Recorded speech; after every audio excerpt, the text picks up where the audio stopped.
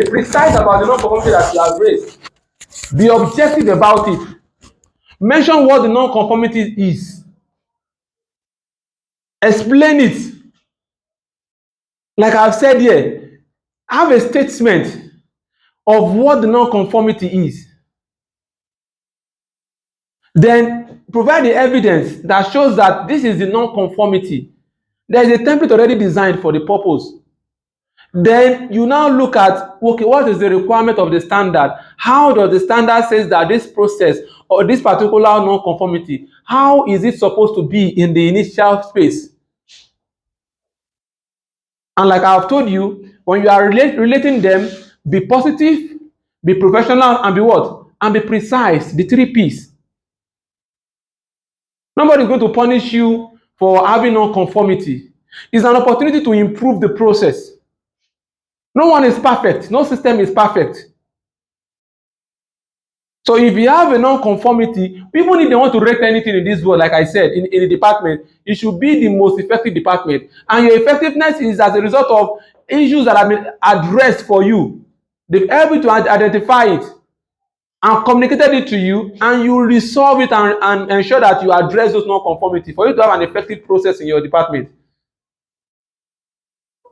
So when they communicate non-conformities to you, don't view it in a negative way.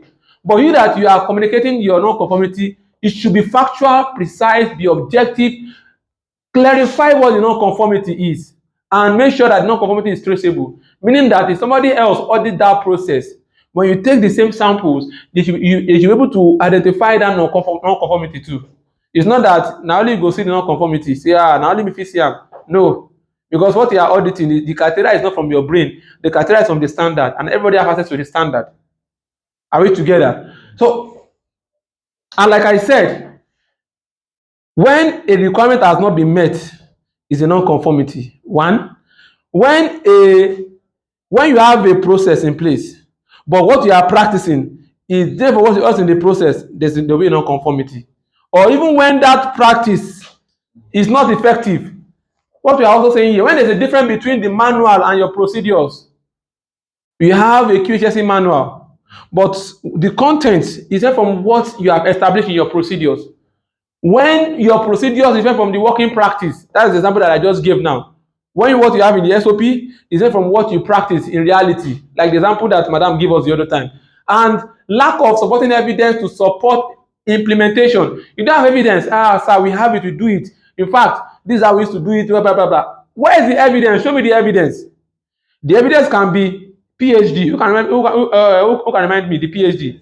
Physical, human evidence, and documented evidence. There are some that must be documented. The standards clearly say you see it there at the end of the standard. If you open your standard, you see it clearly written. It says so and so must be available as documented information. Anywhere you see that, it means that that thing must be documented. For example, your policy must be documented. Your scope must be documented. Scope and management must be documented. To the extent necessary, the competency need, the evidence of competence must be documented. Your performance evaluation, they should be documented. Internal audit, documented. Management review, documented. Your objectives and action to achieve your objective for most of the standard must be documented. Your risk assessment, they should be documented. Your controls should be documented. There are so many things that should be documented. So those ones must be, but if it's not, if the standard does not say document it, but you must show evidence, whether based on interview, human evidence, interaction with the workers, explanations, or physical evidence, what you are seeing physically. Are we together? And lack of evidence to show continuous implementation of the various systems. Recording in progress. You are welcome back, our online students.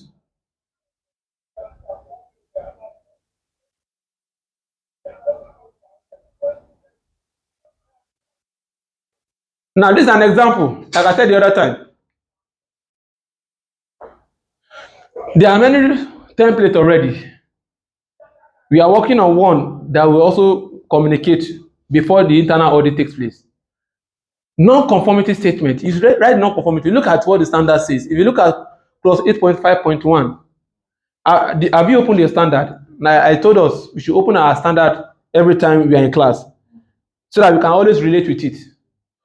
If you go to that clause 8.5.1, it said the organization shall implement control conditions for products and services providing the organization shall implement controlled conditions for production and service provision, including the use and control of suitable infrastructure and process environment.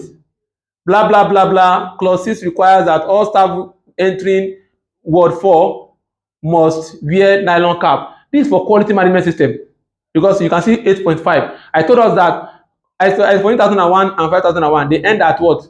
8.2.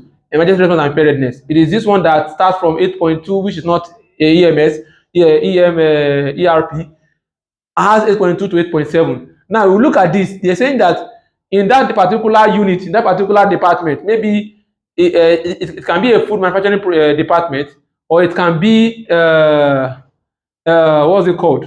This other that makes drugs, pharmaceutical department organization, pharmaceutical. There are some areas that you want to go to, you must put on complete apparel, complete apron to avoid contamination. So now when the auditor was auditing, he realized that this is the evidence. You can see the evidence. During the morning shift, 4 out of 18 operators were not wearing nylon caps. Caps were available at the entrance and instructions clearly displayed, but they did not do what? They did not put it on. That's the non-conformity. What's the requirement?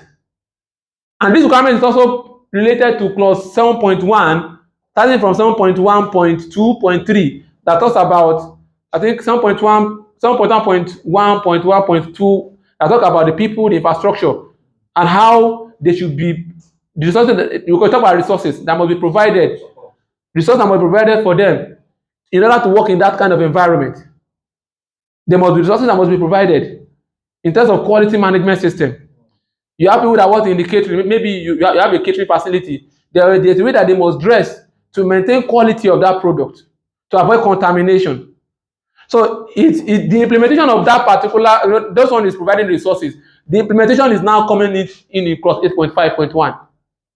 You can see what I'm talking about now. So at the end of the day, you will see that when you want to write this non-conformity, say the organization has not managed the work environment needed to achieve product conformity. Does this sound well? Simple and straightforward. Because what? They did not wear the nylon caps. So that is the non-conformity statement. They have not managed their working environment, because the standard says that the organization shall implement control measures for production and service provision, including the use and control of suitable infrastructure and process environment.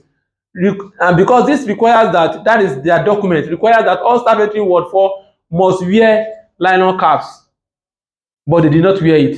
So this is how a non-conformity statement will be, a non-conformity report. There are different templates. In fact, the one that I love most, they have in a single document. Instead of developing another document for corrective action, it is together. So under it, they now have another space for corrective action. So you are implementing and you are having space to correct it immediately. I'll also show you that kind of document. A word of caution. Be cautious about the non-conformity that you are raising. Non-conformity is not like, all these our Abuja guys that used to drive all these is it power bike, all these big cars that will be raising raising. Non-conformity is not what you'll be raising like that. You don't just raise non-conformities anyhow. You must be sure that there's a requirement that has not been met. It must be clear that, this is clear that this requirement has not been met. It's not just raise non-conformity for everything. Do based on what you feel, based on your emotions. It's based on what the standard says. Don't judge on face value. Be sure that you have the complete evidence to support the non-conformity that you have raised. If you don't have evidence, it's not you don't have what it takes to raise a non-conformity. Because audit is what? Evidence-based approach, evidence-based decision making. Are we together in this class? Then make sure your evidence is objective. When in doubt, investigate and identify if there's a need for you to investigate further. If there's